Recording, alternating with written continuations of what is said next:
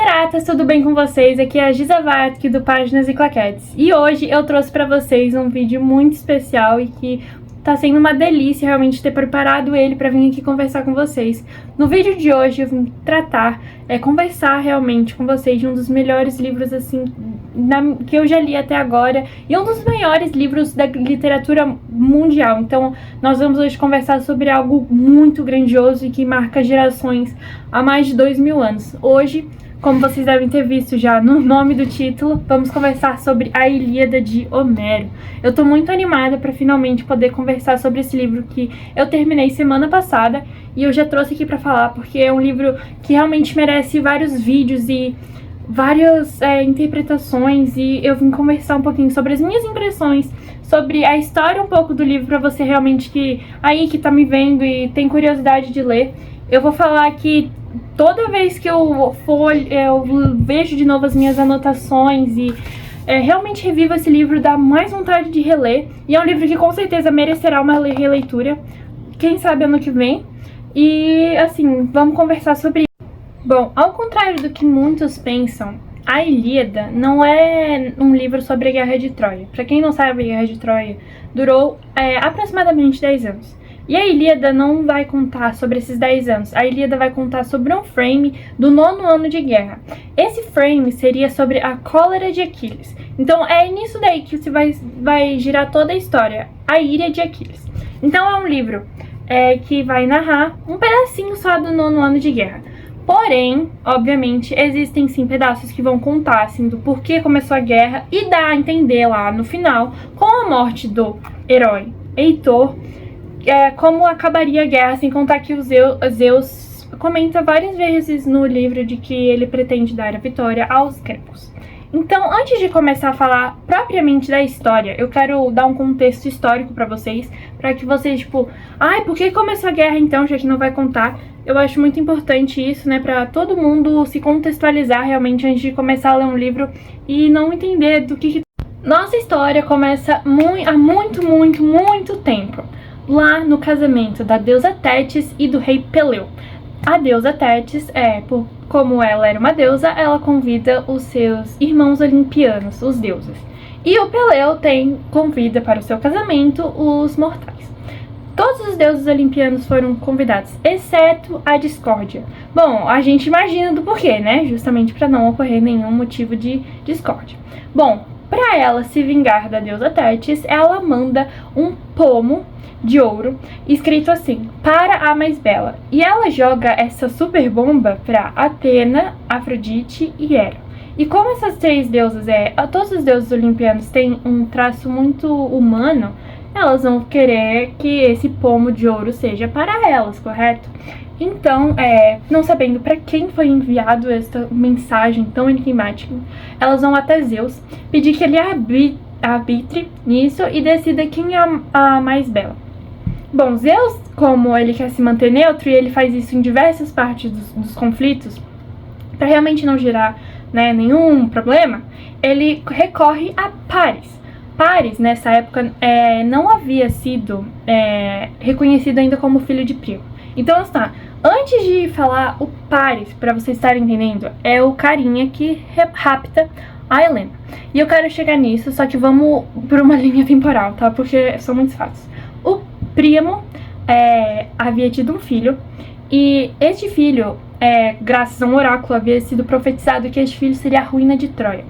Então, o Príamo, que é o pai de Paris, ele fala assim: cara, eu não quero fazer isso pro meu reino, então o que eu faço? Eu vou matar a criança? Não, isso é muito cruel. Então ele leva essa criança e abandona na floresta, onde um pastor acha ele e cria ele. Então o Paris fica ali vivendo como um plebeu, assim, antes de ser reconhecido como filho e herdeiro de Troia, né? Como príncipe de Troia. Tá, daí ele vai lá e Zeus pede pra ele arbitrar, né, nessa disputa com as deusas. Então, assim, cada deusa, para ser escolhida como a mais bela, oferece algo. Hera oferece poder e riquezas, o poder sobre a Ásia inteira. Ele recusa isso. Atena, a deusa da sabedoria, oferece a vitória sobre todas as batalhas e poder realmente ser o mais sábio, mais inteligente. E graças a isso ele conquistaria o poder. Só que a Afrodite, como é a deusa do amor, ela oferece a mulher mais bela de todo esse mapa doido. Ela oferece Helena. E ele, como não é bobo nem nada, aceita o suborno de Afrodite e acaba escolhendo-a como a mais bela. Só que existe um detalhe nessa escolha dele. A Helena, nesta época, era casada com o rei de Esparta, Menelau. E aí que a nossa confusão vai começar. Afrodite, então, para cumprir a promessa, depois do Paris já ter sido reconhecido como filho legítimo de Príamo e realmente ser um príncipe de Troia, ele é enviado em uma missão não, né, tipo, pra conversar com os reis, assim, da Grécia, e ele vai a Esparta. Então ele se hospeda na casa de Menelau. Enquanto ele está como hóspede, ele seduz Helena e a rapta e leva-a para Troia. Então você vai me perguntar, tá, ele levou ela pra Troia, por que então começou uma guerra tão grande com todos os gregos só por isso? Bom, Helena, como eu havia comentado antes, ela é a moça mais bela de todas. Então, antes dela se casar com Menelau, ela via todos os príncipes gregos estavam disputando pela sua mão.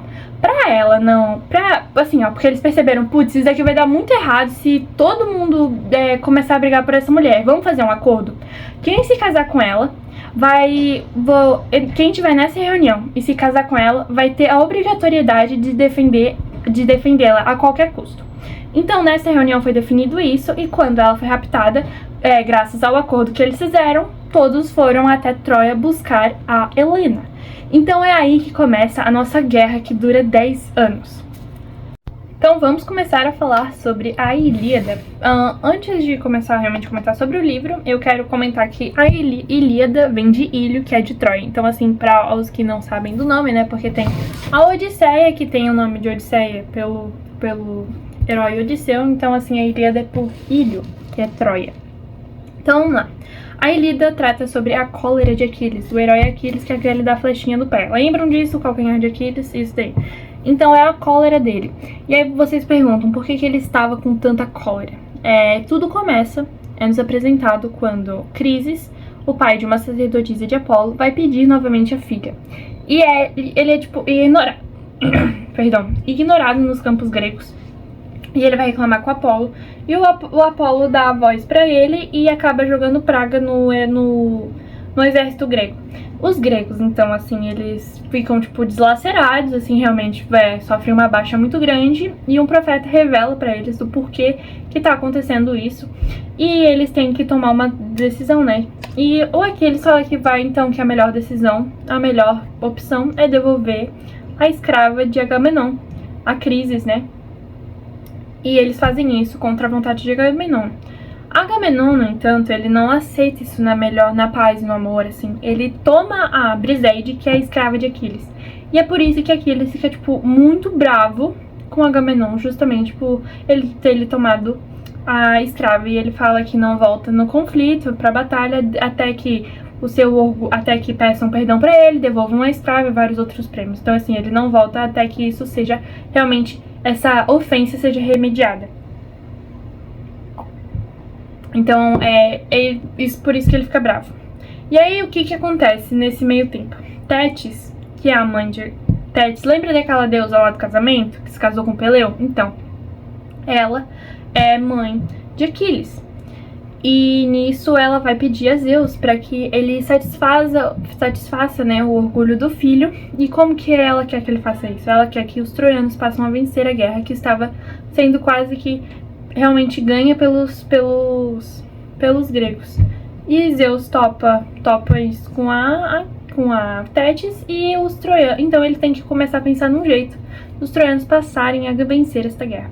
A primeira, assim, solução dele é nada mais do que enviar um sonho a Agamenon, irmão de Menelau, cunhado de Helena, e de fazer essa doideira, assim, dele achar que eles passaram a ganhar a guerra e ir embora.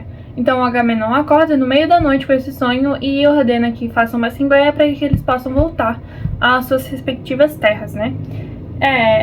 O Odisseu e o Diomedes, que são dois grandes heróis, botam um juízo na cabeça dele e eles decidem ficar. E essa coisa dos dois, do Agamenon querer fugir, acontece muitas vezes, incontáveis na Ilíada. E é meio doido, porque o Agamenon tá, assim, realmente desgastado, tá de saco cheio já de ficar ali lutando, e, sabe? E dá pra ver isso pelo desgaste de vários personagens que eles falam que querem retornar logo pra casa. E que muitos não têm essa certeza se vão conseguir retornar, né? E isso acontece muito aqui e a gente percebe esse desgaste dos personagens que querem logo retornar. Então, assim, né, esse plano dos Zeus fracassa e ele tem que pensar em alguma outra coisa, né, outra saída. Mas, enquanto isso, os gregos estão ganhando a guerra e se sobressaindo com a ajuda de Atena e Hera. E nessa confusão toda, acontece um duelo, acho que é no canto 4, se eu não me engano. E neste duelo, acontece o duelo entre Menelau e Paris pela mão de Helena. Então, assim, eles fazem um vale tudo, assim, ó, a gente vai apostar e quem ganhar, quem matar o outro, leva Helena e essa guerra acaba. Então, assim, eles começam a lutar. Menelau se sobressai a Paris por realmente ser um herói, assim, com maior destreza, maior força. E Paris tá quase morrendo e Afrodite lembra que ele lhe concedeu o prêmio de mais bela. Então, ele virou o protegidinho dela e ela tira ele da batalha, tipo, simples assim. Muito injusto isso. Tava quase conseguindo, sabe? Tava quase sendo vencida. E aí a batalha se encerra por ali mesmo. Então, os gregos continuam avançando, até que Zeus, ele percebe que ele tem que cumprir essa promessa que ele fez a Tétis. E a solução que ele encontra para essa coisa é suspender a intervenção dos deuses na guerra. Então, assim, ele convoca uma assembleia e fala que quem interferir de lá vai sofrer sérias consequências. Vai virar pó. Simples assim. Puf! Acabou essa festa que vocês estão fazendo lá embaixo. Não quero mais que vocês se interfiram. E aí ele decide, né, fazer essa loucura justamente para ele poder começar a interferir em favor dos gregos. Dos troianos. Então ele começa a fazer se sobressair os heróis troianos. Inclusive, nisso tudo, ele ajuda com que sejam machucados os principais guerreiros: Agamenon, Odisseu e Diomedes. Então eles ficam, tipo, fora do combate até o final. Desde que eles são machucados até o final da Ilíada, eles não voltam a combater. Então é óbvio que sem o Aquiles, sem esses outros 3 heróis que eu mencionei, não tem como eles se sobressaírem realmente. Então os troianos começam a quase que passar por cima dos gregos, tanto que tem momentos em que eles chegam realmente a entrar nos navios e quase ganham. Patroclo, que era primo de Aquiles, e assim, os dois eram muito próximos, ele era o best friend de Aquiles. O que ele decide fazer? Ele decide ajudar os gregos que estão numa situação assim lastimável, realmente. Eles estão quase no chão, estão quase perdendo tudo. Então o que ele faz? Ele pede a armadura emprestada de Aquiles. E o Aquiles deixa, mas com uma condição: que ele não avance o suficiente. Ele só tire os troianos dos navios, mas não vá aos muros. Então, assim, não avance muito na batalha, fique por perto na região, né? Ele topa, mas ele esquece desse acordo. Então, assim, ele se empolga demais na batalha, ele tira os troianos do campo, só que ele acaba chegando nos muros. E aí é nos muros que o Heitor consegue matá-lo. Inclusive, o Heitor pega a armadura de Aquiles, que estava com Patroclo. Gente, começa um negócio muito doido pra proteger o corpo de Patroclo. Porque assim, ó, os gregos, que eles eram chamados de aqueus ou arquivos. Daí eles pensam assim, cara, o Aquiles já tá bravo com a gente. Imagina se a gente deixa o corpo do Patroclo ser jogado lá pra comer, pros cachorros comerem ele. Daí ele nunca mais olha na nossa cara, ele vai embora mesmo e acabou pra gente.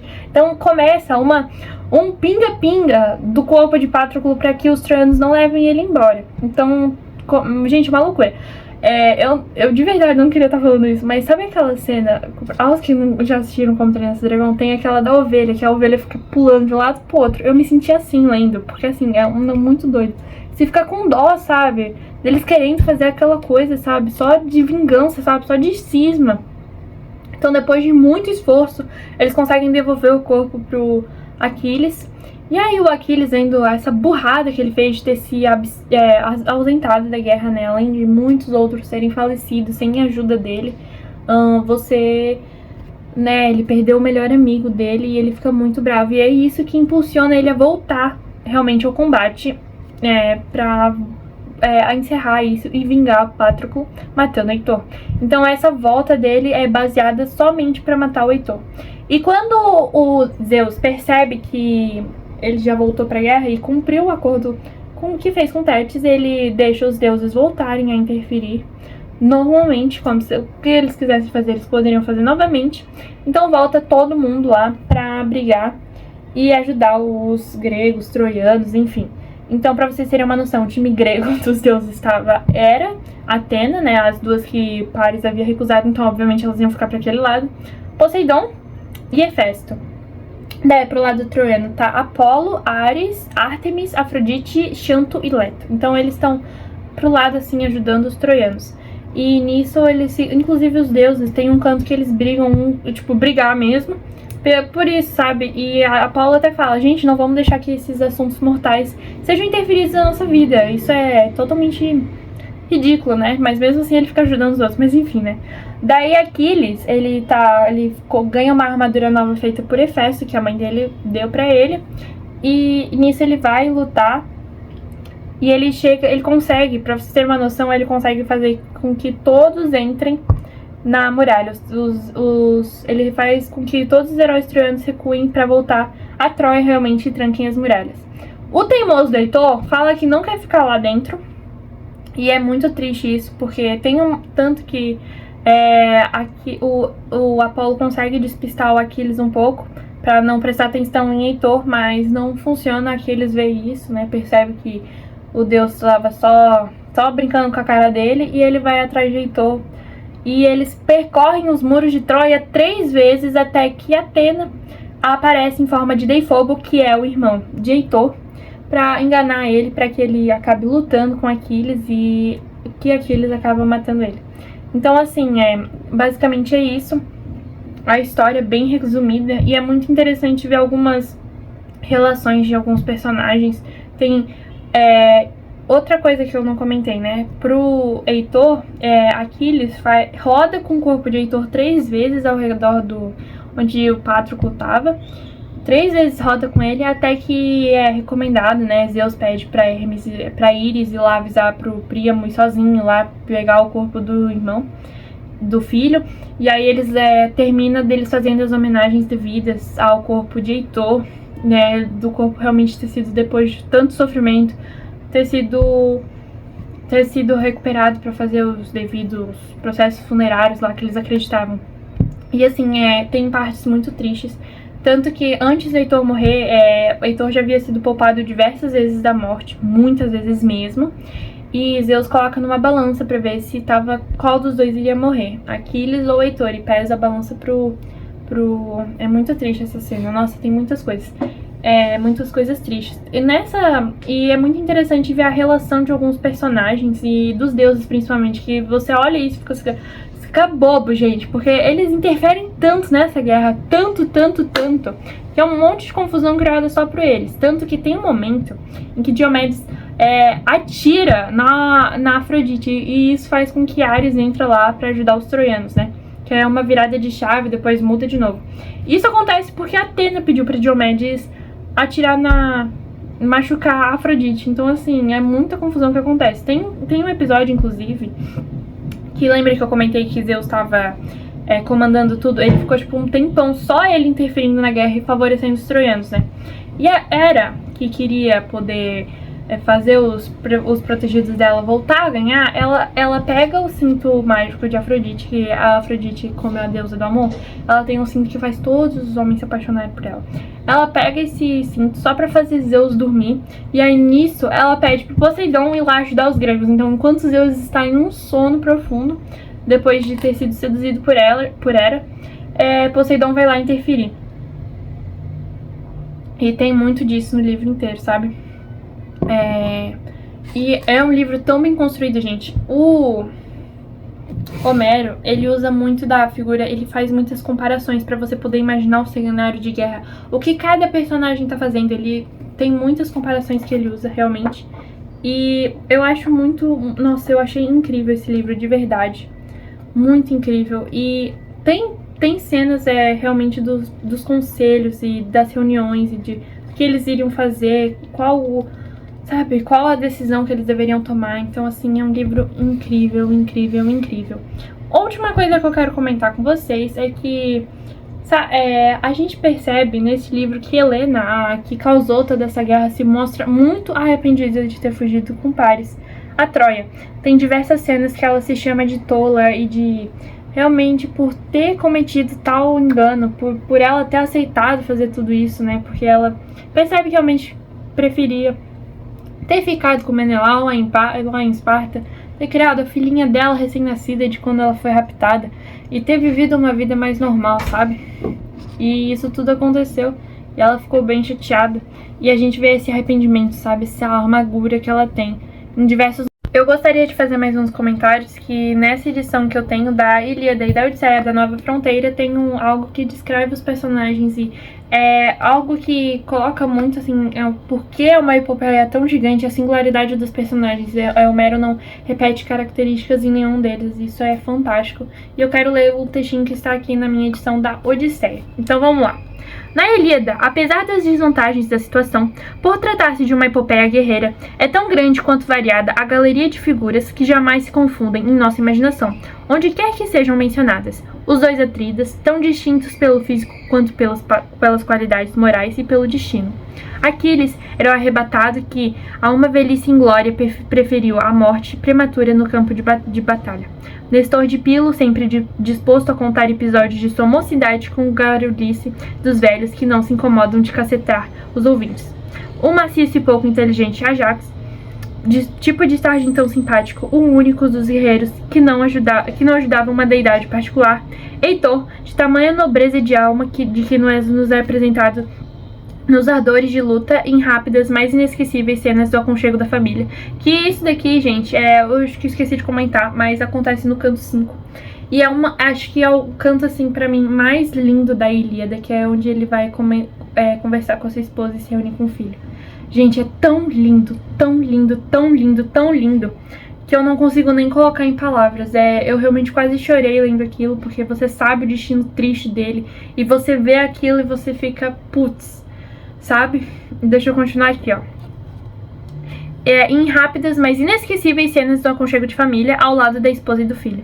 Paris, galã perfumado e pouco valoroso, predileto de Afrodite. O velho primo que já perdera tantos filhos e que via aproximar-se inevitável a ruína de Troia. Os guerreiros, como direi, de segundo plano, Glauco, Sarpedone, comandantes dos Lícios, nenhum repete os traços de ninguém, sendo todos eles inconfundíveis e magistralmente individualizados. Daí ele fala também das mulheres, ó. Era a esposa ciumenta que não perde a oportunidade de atordoar a Zeus com suas invectivas. Afrodite, dona dos sorrisos e preocupada em prestar auxílio aos seus favoritos. Tétis, pesarosa pela morte iminente de Aquiles e resignada com o próprio destino, que levara a não se casar com Zeus para evitar a morte deste, combinada pelos fados que lhe advira de um filho nascido deste consórcio. Então, realmente tem essa grandiosidade gigante da Ilíada. E pra finalizar, gente, o vídeo, que eu já me estendi demais, eu recomendo a todos que vocês leiam a Ilíada, porque, cara, isso daqui é gigante. Eu não consigo nem colocar em um vídeo assim que fosse enorme, sabe, se eu fosse comentar canto por canto o quão incrível ela é e o tão bem construída e bem feita. Eu quero comentar agora com vocês, olha, recomendação minha de Giovanna Zavadsky, que antes de ler a Ilíada, porque tem vários termos, vários mitos gregos, né, nela, e pra você não ficar perdidão, eu recomendo que você leia um livro que trata realmente puramente dos mitos gregos.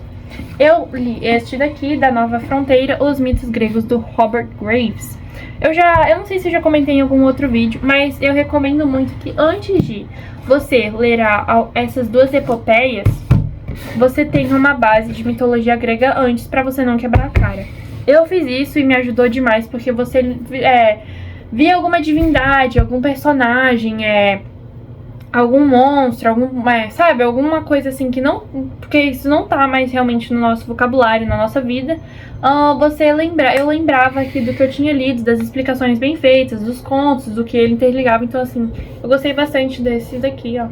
do Robert Graves. Inclusive, ele dedicou mais da metade do livro justamente para falar da Guerra de Troia, da Ilíada e da Odisseia, que me ajudou demais para você já saber a história. E a Ilíada e a Odisseia, gente, não é o tipo de livro que você não quer spoilers.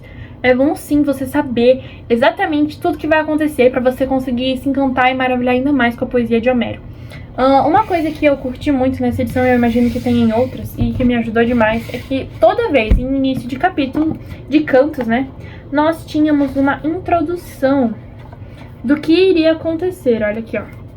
Aqui é o canto, e aqui, inclusive, aqui tá marcado. Aqui tem o que vai acontecer nesse canto. Então, assim, são 20 páginas reduzidas, só pra você ter uma noçãozinha do que tá acontecendo, pra você não ficar perdidão. Então, assim, eu recomendo. É um livro mais complicado, que exige muita atenção. São páginas, assim, realmente gigantes, e que você tem que ficar lendo e procurando. Diversas vezes eu tive que preparar o dicionário pra ver. Então, assim, eu recomendo você não ler esbaforido, leia com calma, realmente prestando atenção e saboreando essa leitura que foi, gente, maravilhosa, maravilhosa, maravilhosa, maravilhosa. Eu quero muito relê-la e em breve em alguma outra nova edição. Eu quero a da Penguin também. Mas essa daqui da Nova Fronteira é maravilhosa, que veio a Ilíada e a Odisseia de Homero. Gente, é sério, eu recomendo tanto, tanto, tanto, tanto. E eu não imagino, porque, sabe, nas escolas não falam sobre esses livros com tanto primor. É gigante, gigante, gigante, maravilhoso. Até hoje eu tô digerindo ainda a história, porque ela é maravilhosa. Eu comecei a Odisseia, e se Deus quiser eu vou gravar um vídeo pra vocês da Odisseia. Porque se ela for... porque aqui é só um frame, né? Na Odisseia é algo maior, assim. É um período de 10 anos que se passa a obra. E que é mais um romance, assim, né? Pelo que eu estava vendo. Já aqui é mais cena de luta. Então, assim, gente, Homero usa muito de comparação com animais e... Gente, é incrível, tá? Só leiam, façam essa experiência. Por mais que vocês não entendam tudo agora, continuem lendo, vão se esforçando pra daqui a alguns anos reler e captar melhor. Eu espero que esse vídeo tenha ajudado a todos que assistiram, né? Clarear um pouquinho mais. Foi um prazer gravá-lo, foi um prazer ler isso daqui e em breve, se Deus quiser, quando eu fizer uma releitura, quem sabe, gravar um outro vídeo da Ilíada. Eu espero que todos tenham gostado. Deixem o seu like, comentem aqui pra ver se vocês já leram, se vocês querem ler, o que vocês acharam do vídeo realmente. Se inscrevam no canal, um super beijo, até o próximo, se Deus quiser.